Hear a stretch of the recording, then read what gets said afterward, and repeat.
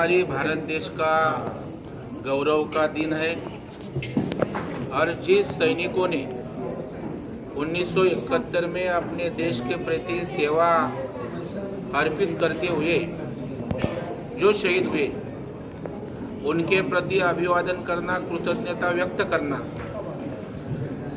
और उसके साथ ये जीत का विजय दिन मनाना, ऐसा ये बहुत ही संस्मरणीय ऐसा कार्यक्रम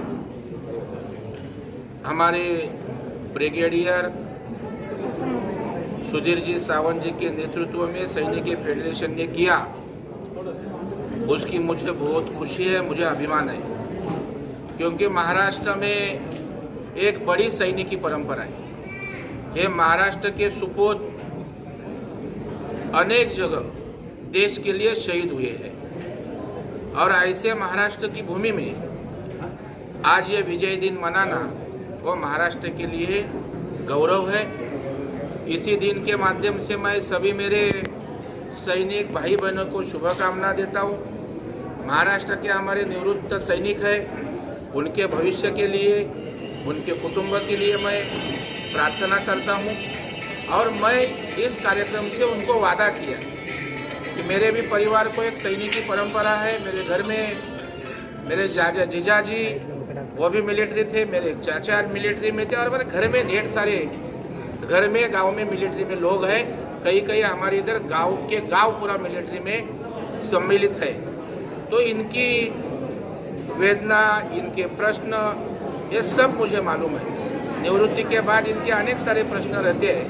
आज आपके आशीर्वाद से महाराष्ट्र का विपक्ष नेता है, एक बड़ी जिला बैंक का अध्यक्ष हूँ, तो मेरा जो कुछ है वो सारा इन निवृत्त सैनिकों के प्रति उनके भविष्य के लिए लगाऊंगा, ये मैं वादा करता हूँ। आज मैंने उनको आश्वस्त किया है, क्योंकि खाली सैनिक फेडरेशन होके प्रोग्राम से नहीं चलेगा, उनके लिए एक बैठक की जगह की आवश्यकता है। क्योंकि बैठेंगे तो चर्चा होगी, चर्चा होगी तो ढेर सारे प्लान आएंगे और उसके बाद में मूवमेंट हो सकती है।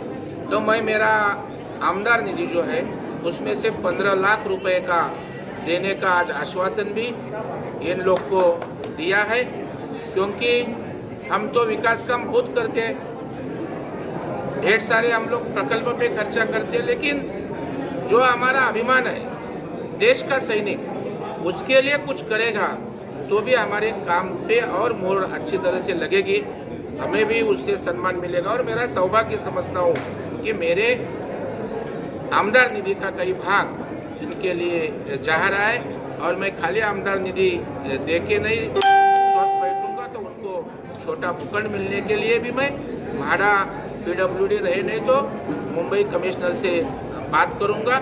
आने वाले 8 दिन में सावंत साहब और उनके कोर टीम को उसी तरह का बैठक और वो देने का भी मैं प्रावधान करवाने लगूंगा, क्योंकि सैनिक के प्रति मेरी एक अलग भावना है, राजनीति के आगे मेरी भावना है कि जो भी सैनिक हैं इनके टूल टैक्स क्यों नहीं इनके माफ़ होते हैं? इनके लिए भी टूल टैक्स लगता है। नहीं, खाली टोल टैक्स तो छोटा विषय है।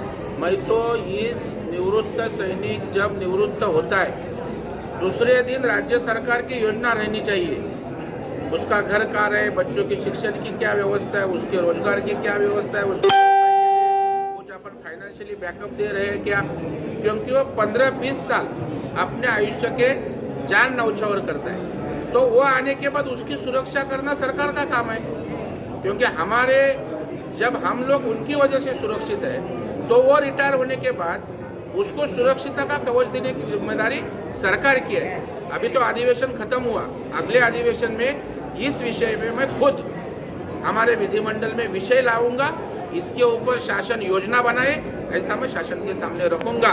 और टोल टैक्स तो छोटा इश्यू, हम जाएंगे, मांग करेंगे, मिलवाएंगे, लेकिन उनके जिंदगी का प्लानिंग जो निवृत्ति के बाद वो करने की आवश्यकता। पुलवामा में शहीद हुए उनके ऊपर राजनीति की गई और जो सैनिक शहीद होते हैं उनको सही फैसिलिटी नहीं दी जाती है, बल्कि उसके ऊपर राजनीति की जाती है। इस पर आप आज की सरकार को क्या मैसेज देना चाहोगे? उनके लिए क्या मैसेज? आज के सरकार को मैं धन्यवाद दूंगा, क्योंकि मेरे इसने 20-25 साल के लाइफ में सैनिकों के प्रति इतना सहृदय पंतप्रधान में देखा नहीं। मैं भले इस पार्टी का है इसलिए बोलता नहीं, सैनिकों का मान बढ़ाने का काम किया, सैनिकों में जाके मैं आप में का हूँ ये आधार उन्होंने दिया, 1 रैंक 1 पेंशन श्री का मुद्दा उन्होंने है किया। और जब अपने देश के ऊपर कोई आक्रमण की बात करता है तो अपना देश का पंतप्रधान कैप्टन रहता है और वो हिम्मत देने की आवश्यकता रहती है। नहीं तो क्या करो कैसा करो ऐसा नहीं, चलो आएगा आक्रमण तो भिड़ने के लिए हम तैयार है, मेरे सैनिक के पीछे मैं हूँ, ये मोदी साहब कर रहे हैं, इसका हमें गर्व है। यह राजनीति के ऊपर मैं बात कर रहा हूँ और यही आवश्यकता है, क्योंकि देश का सवाल आएगा, सैनिक का सवाल आएगा तो राजनीति के ऊपर काम करने की आवश्यकता है। सर किसान आंदोलन पे क्या बोलना चाहेंगे कि इसमें कुछ बताया जा रहा है कि इसमें किसान आंदोलन विदेशों का भी हाथ है? चर्चा के लिए तैयार है। किसान आंदोलन जो हो रहा है उसके बारे में मेरे को टिप्पणी नहीं करनी, लेकिन जो कानून है किसान का वो किसान के हित का है। मैं 10 बार चर्चा करने के लिए तैयार है। जो शरद जोशी इस राज्य के किसान नेता थे उनका कहना था कि जो हमारे किसान के पैर में जो बेड़ी लगाई है वो फ्री करो। क्या जरूरत है, मेरा पूरा होने दो, क्योंकि क्या जरूरत है उनको एपीएमसी में उन्होंने अनाज रखना चाहिए, लाना चाहिए, उसके ऊपर टैक्सेस, ट्रांसपोर्टेशन सक्सेस, और उसको फ्री किया तो किधर भी मार्केट में बेच, तो उसमें किसको दुख होने का आवश्यकता है। वो एपीएमसी में जो कई ठेकेदार है, जो डायरेक्टर है, उनको वहाँ मलाई मिलती है और वह बंद होगी कि क्या, इसके लिए उनकी चिंता है।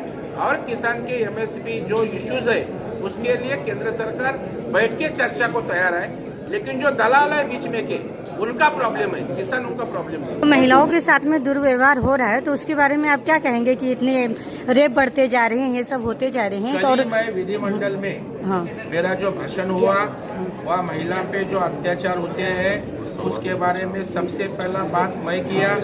आपको मालूम रहेगा महाराष्ट्र में जहाँ महिलाओं के पे अत्याचार हुआ वहाँ पहुँचने वाला विपक्ष नेता प्रवीण दरेकर था, ये आप सभी को मालूम है।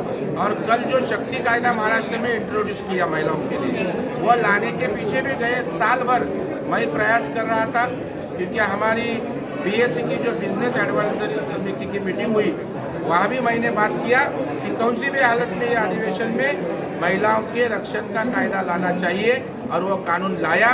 वो अभी कमेटी के पास गए, उसके ऊपर चर्चा होगी और वो कानून से टाइम बाउंड महिलाओं को न्याय देने का प्रावधान उसमें है। नहीं सर, किस तरीके से कानून बनेगा जो महिलाओं की सुरक्षा हो सके? वो कानून में ऐसा अंतर्भाव है कि 21 दिन में पुलिस ने उसके ऊपर निर्णय चाहिए, स्पेशल कोर्ट वहाँ होगा, स्पेशल प्लीडर, गवर्नमेंट प्लीडर, अभियोक्ता उसके लिए होगा, और टाइम बाउंड पीरियड में वो महिला को, उसके फैमिली को न्याय मिलेगा, साथ साथ उसको मृत्युदंड की सजा है। अगर फांसी की शिक्षा है तो मुझे लगता है इससे और कोई बड़ी चीज़ नहीं है। और हम सब पॉलिटिकल पार्टी के अलावा सब लोग इकट्ठा है, क्योंकि महिला के ऊपर अन्याय होना नहीं चाहिए, इसलिए हम लोग सब लोग साथ मिलके ये शक्ति कायदा मंजूर करेंगे।